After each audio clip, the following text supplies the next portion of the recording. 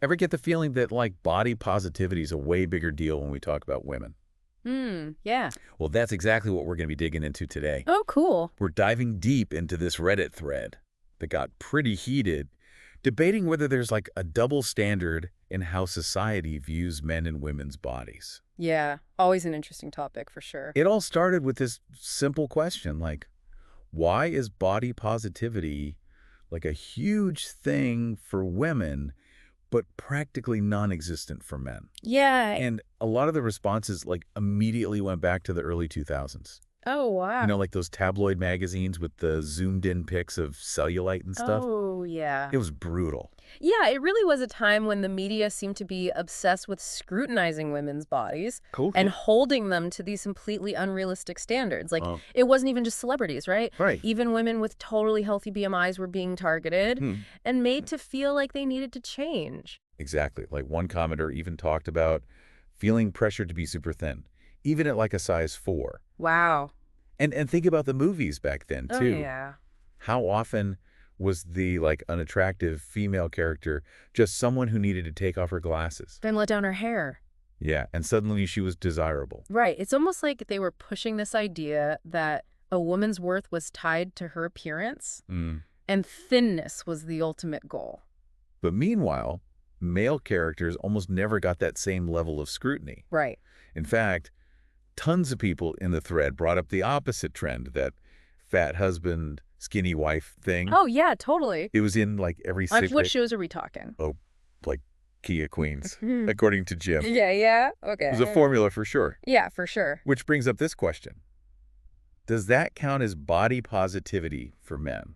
It's a tricky one because those shows weren't necessarily like making fun of the men's bodies, but they also weren't challenging this idea that a man's appearance wasn't as important as a woman's. Yeah, like there was this unspoken acceptance Yeah. of larger bodies for men that just didn't exist for women. Yeah, that's a good point. And this is where things get even more interesting. Okay. A lot of the comments were pointing out that it was women who really pushed back against all of this. Like, they started movements, they built online communities, called out the media for those unrealistic portrayals of women's bodies. Totally. But there was also this noticeable lack of similar efforts coming from men. Yeah, I see what you mean. So why is that? Well, one possibility is that there hasn't been a comparable political movement focused on men's gender issues.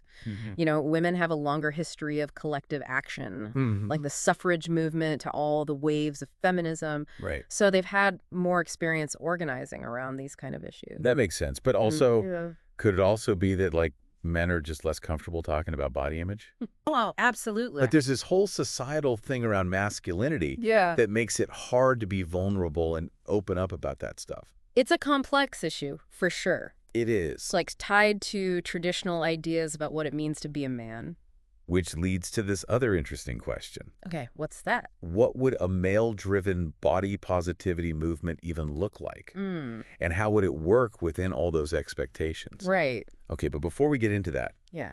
if you're enjoying this deep dive, make sure to hit that subscribe button. Yeah, do it. And share it around so we can get more people in on these important conversations. That's right. Spread the word. And if you're looking for more thought-provoking stuff like this, Yeah. you can find it over my YouTube channel. What's it called? It's called Shauna Polage, Okay, I'll check it out. and my podcast, Voices of the Soul. Awesome. Okay, now back to our deep dive. Okay, I'm ready.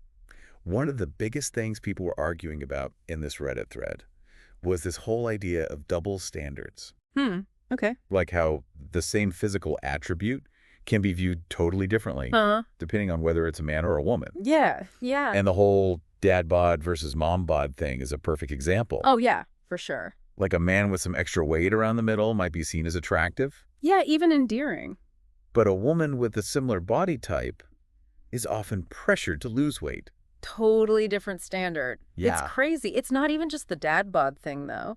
Right. The thread was just full of comments from women who were saying they get judged for the tiniest things. Like even slight deviations from this super narrow ideal. Yeah, and it's like the margin of error for what's considered acceptable is just so much smaller for women. So much smaller. It's really not fair. And it shows this deep-seated bias that we still have, Oh, yeah. where a woman's worth is still tied to her looks way more than men's are. Yeah, like we're still holding on to this outdated idea that women are meant to be looked at and judged on how they look. Yeah, first and foremost. And what's so frustrating is like, even when we try to call this out, Yeah. it can backfire. Oh, how so? Like some people in the thread were saying, all this attention on the dad bod is actually putting more pressure on men Oh, instead of easing the pressure on women. so it's like we haven't actually fixed the problem. Right. We're just shifting the focus. It's Exactly. like a weird paradox. It is. So yeah, maybe men are facing more scrutiny now than before. Mm-hmm. But women have been dealing with this for so much longer. Yeah, and so much more intensely. For centuries, really. And it's a reminder that, like, Yeah, we're making progress, but we've got a long way to go. totally. You know, one of the things I really loved about this thread was all the personal stories. Oh, yeah. It made the whole conversation feel so much more real.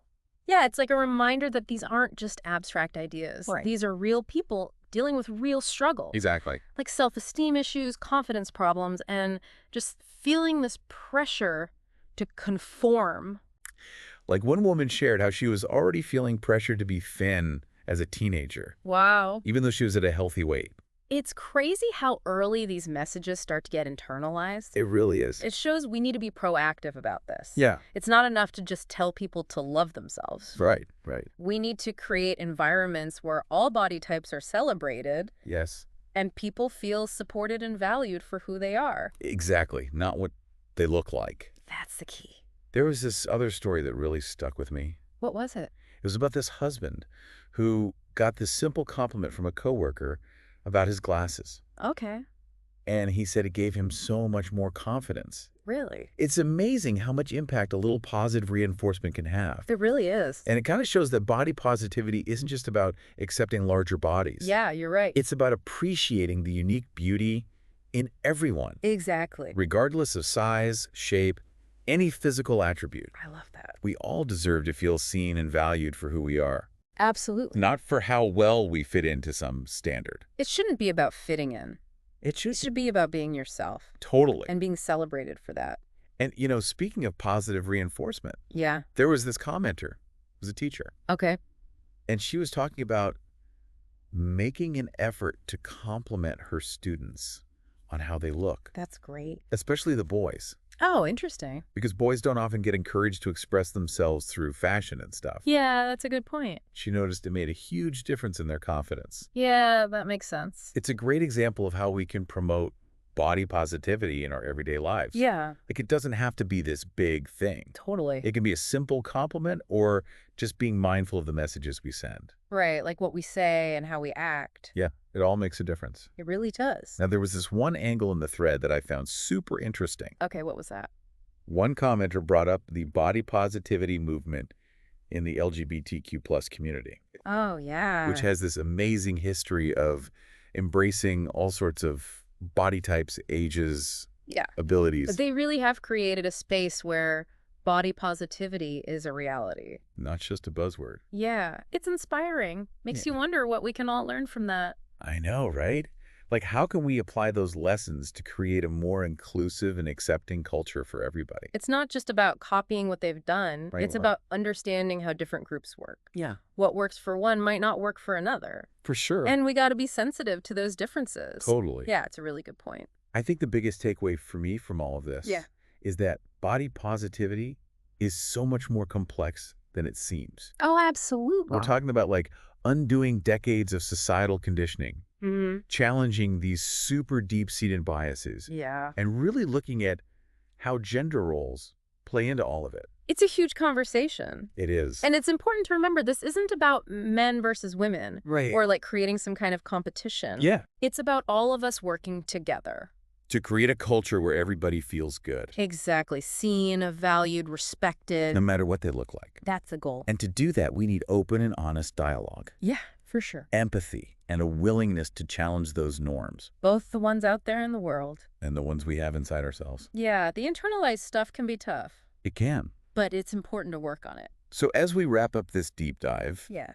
I want to leave you with this thought. Okay, I'm listening. How can each of us contribute to a more accepting culture when it comes to body image? It's a great question. It is. It's something to think about Yeah. and maybe even talk about with the people you're close to.